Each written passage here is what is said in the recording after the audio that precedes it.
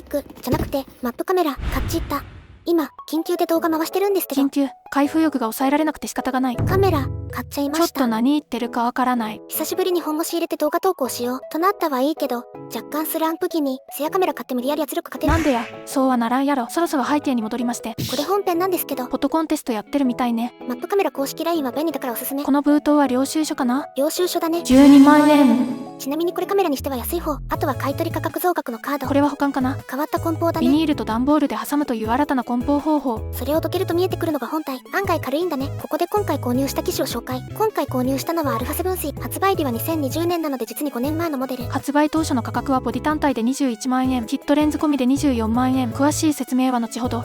本体は梱包剤でぐるぐる。かわいそうなのでこの梱包を解いていきますか。かわいそうとは？めちゃくちゃ解きづらい梱包をなるべく丁寧に解きまして、付属品から見ていきましょう。まずはバッテリー。 NPFZ100 というソニーのフルサイズ機でよく採用されているバッテリー。 7.2V で 2280mAh。ワットアワー換算だと 16.4Wh ですね。次はタイプ C to タイプ A のケーブル。もちろんソニー純正。最後はソニーの充電器。今はバッテリーを充電するんじゃなくてカメラのタイプ C から充電するのか。時代は変わったな。 5V1.5A なので最大 7.5W ですね。カメラの梱包をサクッと解きまして本体を見ていきましょう。ソニーといえばレンズ部分のオレンジ色のリング、そしてモニター側はバリアングルモニター。 α7-3 はチルトなんだよね。質感はザラザラしているプラスチックで仕事道具って感じ。清掃しつつ α7-3 の使用を確認していきましょう。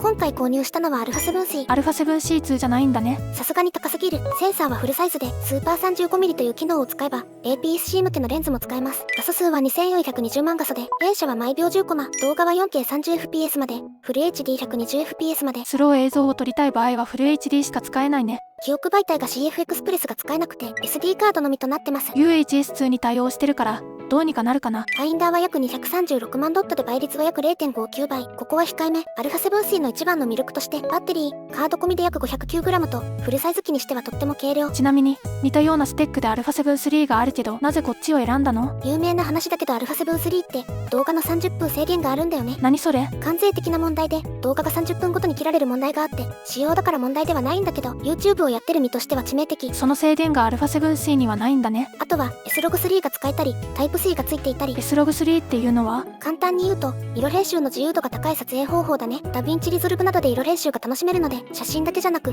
動画にも強くなったカメラ。それが α7-3 と α7-C の違い。おまけにコンパクト。ファインダーがちっちゃかったり SD カードが1つしかさせなかったりと α7-3 より劣る点もあるのですが、動画の30分制限が厳しいので結局私は α7-C にしました。最新モデルと比較するとどうなの？最新モデルは α7-C の不満点がほぼ解消されています。例えば手ブレ補正が5段から7段に進化しており、動画時にはクロップが入るとはいえダイナミックアクティブ手ブレ補正が使えます。確かジンバル並みに手ブレ補正が強いんだよね。他にも画像処理エンジンの BeyondX から XR に進化したことによりソニー特有の青が強い問題が解消されていたり、動画の10ビット撮影に対応しています。10ビットに対応してるからカラーグレーディング時の自由度が高いんだよね。画素数も増加しており APS-C モード時でも十分実用的に、α7-4 以降のカメラはレンズ交換時にメカシャッターを閉じておくことができるので少し安心感が増します。ぜひともアップデートで実装してほしいですね。動画性能も高くなっており α7-C は 4K30fps までですが α7-C2 は 4K60fps に対応。より高画質でスロー撮影ができるね。α7-C シリーズでなかなか不評のファインダーも少し強化されており、倍率が 0.7 倍に。光軸からずれていることには変わりないから、写真がメインの方は α7-3 または α7-4 の方がいいね。また α7-C2 では QT 充電に対応。いわゆる急速充電だね。α7-C 給電しながら撮影していると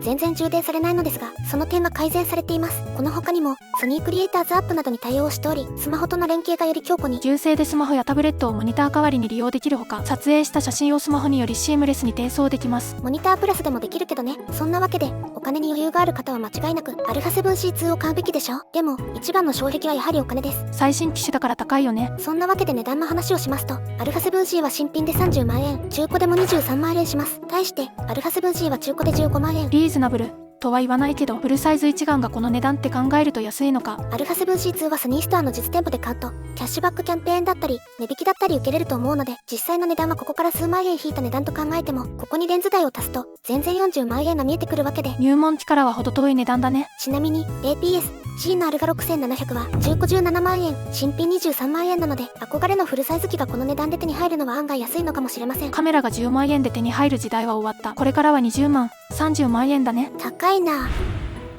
清掃は画面外でしつつ本体を見ていきましょう。シューキャップないんだね。並ランクの中古だから仕方ない。液晶はバリアングル、好みが分かれるところですが、バリアングルいいですね。下側はバッテリーを入れる部分、SD とバッテリーが別なのはいい点。三角リングはめちゃめちゃ動き回るタイプなので動画に音が入りそう。ここも α7C2 なら改善されています。上からマイク端子、SD カードスロット、ちなみに1枚しか刺さりません。ここは α7C シリーズ共通。最後にヘッドホン、タイプ C、マイクロ HDMI。フルサイズの HDMI じゃない点は人を選ぶかも。センサーサイズは APS-C とフルサイズで全然違いますね。バッテリーサイズも全然違います。ワットアワー換算で倍以上あるもんね。APS-C 用のレンズ 1650mmF3.5 を取り付けてみました。グリップ感は確かにだいぶ悪い。なんなら軽量な分 APS-C 機の方がよく感じるレベル。グリップ付きのケージをつけたら多少はマシになるかな。マシになってくれないと困る。サクッと初期設定をして実際の作例を見ていきましょう。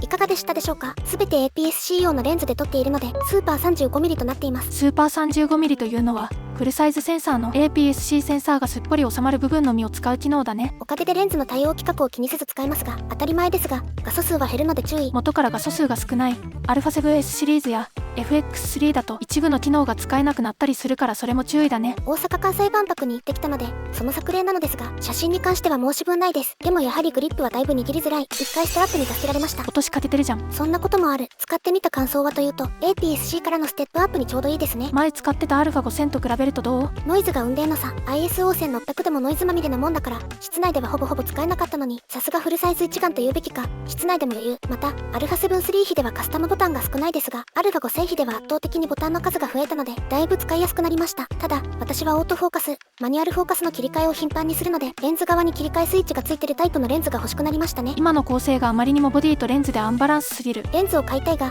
フルサイズ用レンズは普通に10万近辺が多いのでもう少し先かな。中華レンズだったりオールドレンズって言う手もありけどね。イルトロックスとかいいなと思ってます。次は動画について。ここは重要だね。まずは手ブレ補正の比較なのですがジンバルは必須かな。なかなかブレるね。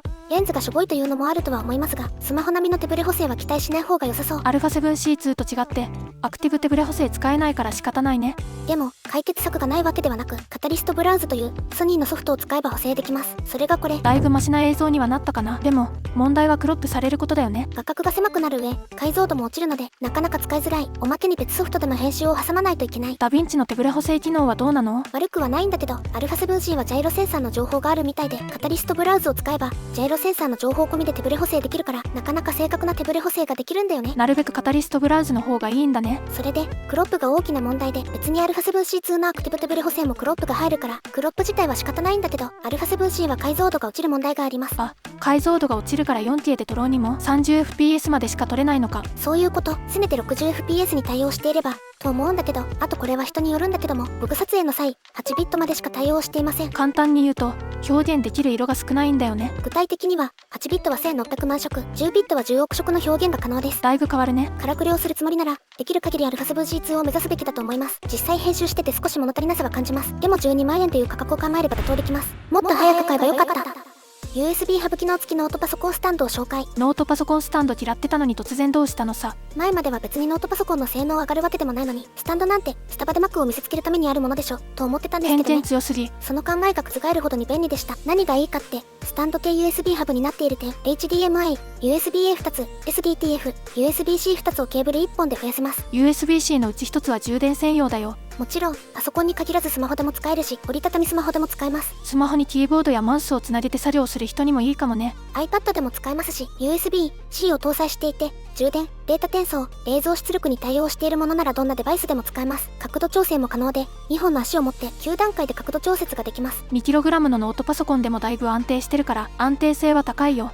片手で角度変更できない点は不便ですが折りたたみ機構があるため仕方なし。もちろん持ち運びもできて簡単に折りたためます。重量も 300g 程度だから十分実用的。そして USB ハブ機能としては USB は全ポート 5Gbps に対応。外付け SSD で高速なものの場合は少し速度が落ちるかも。場合によっては電力不足で動かないかもということで本体に直接接続することをお勧めします。そんな時はハブから PC に充電。使用上は 100W に対応しているようですが今回は 80W しか出ませんでしたがこれで消費電力の大きい機器も動かせます。SD カードリーダーの性能はというと 30MB 毎秒を下回るのでおまけ程度といったところ、フルサイズの SD カードも 30MB 毎秒を下回るので、カメラが趣味の方は別の SD カードリーダーを用意すべきかも。でも圧倒的に首の負担は減ったし、何より USB ハブを別途持ち運ばなくていい。気になった方は概要欄から確認してみてね。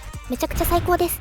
ちなみにさっきのノート PC スタンドは今現在作業部屋でガンガン活用しています。話を戻して最後に α7C についてまとめていこっか。そうだね、総評としてはあと一歩物足りない、そんなカメラです。でもその後一歩は後継モデルでは改善されてるし、このモデルでも何らかの解決策はある感じだよね。だから10万円台でカメラを始めてみたい、そんな方にはとってもおすすめ。でも25万円ぐらい予算があるなら間違いなく α7C2 を購入すべきってところかな。そうだね、α7-5 が12月に発表されるかもしれないから、というかほぼ確定で出ると思うから、それを見てからでも遅くないかな。改めて α7C の良い点を挙げておくとこんな感じ。ご購入の際はマップカメラや富士屋カメラがおすすめです。高い買い物だからヤフオクやメルカリなどの個人取引はあまりおすすめしないよ。それでいい点なんだけど、やっぱりフルサイズミラーレスで15万円以下で買えるというのはとても魅力的ではないでしょうか。憧れのミラーレスでもお高いと思いきや α6700 とそこまで変わらない価格。それでフルサイズレンズも APS-C レンズも使えて、なおかつコンパクト。でもα6700 は10ビット撮影だったり、画像処理エンジンが BeyondXR だったり、 AI プロセッシングユニットも載ってて、 α7C2 の APS-C ガンとも捉えれるから、フルサイズにこだわりがないならα6700 の方がいいかも。そう考えると動画メインならα6700の方がいいかもね。とはいえですよ、フルサイズセンサーが鳴って軽量かつコンパクト、コンパクトなボディでフルサイズのボテ感が得られるというのはさすがと言えます。また α7-3 と違ってバリアングル液晶を搭載してるというのも便利で、大アングル撮影だったり自撮りなどでとても便利です。動画性能に関しては私は3脚かつフル HD 撮影がメインなので、あまり外へ持ち出さない私の使い方だと今のところ10分満足。そしてスマホと同じタイプ C で充電できるというのはラフに動画投稿をしている人には便利。こだわりたい時は S-Log3 で撮影して後でダヴィンチでカラクレ。カメラがスマホの延長線上にあるみたいな使い方ができて、バリバリ業務みたいなのじゃなくてちょっとした趣味程度のお手軽さなのはいいよね。でも価格が安い分妥協点も多くて、この動画を作ってる途中にソニーストア大阪に行ったのですが、改めて感じる弱点が増えたのでご紹介。最新機種触ったらそうなるよね。まずやっぱりファインダーコンパクトがゆえの妥協点なのであまり言うべきではありませんが、横撮影時だとあまり不満はないんですけど、縦撮影時に不満が爆発。モニター見ればいいじゃない。それはそうなんだけど、ファインダー除いて撮影する方は注意すべきだと思います。またカスタムキーやダイヤルが少ないのも人によってはデメリットかも。私はそこまで不満には思わなかったけどね。またストレージが1本しか刺さらないのはなかなか辛い点かなと思います。スロット1つでもいいので SSD への直接保存に対応していただきたいね。4つ目は HDMI タージがフルサイズじゃないこと。これもコンパクトなボディに詰め込むためだから仕方ないかな。まあ α7-3 買えばいいじゃんって話ではあるけど、また 4K60fps や S-Log の10ビット撮影に対応していないのもマイナスポイントですが、こちらは後継モデルでは対応。手ブレ補正については前述の通りカタリストブラウズを使えば改善できます。でもクロップが入っちゃう。しかしどうにもならない欠点もあって、メニュー UI が1世代前なため α7C2 向けのおすすめ設定動画などを見ても設定項目が違うかったり、そもそも存在しなかったりして少し使いづらいです。これなぜわざわざ言ってるかって、α7C の2週間前に発表された α7S3 は新しい UI なんですよね。一番致命的だったのが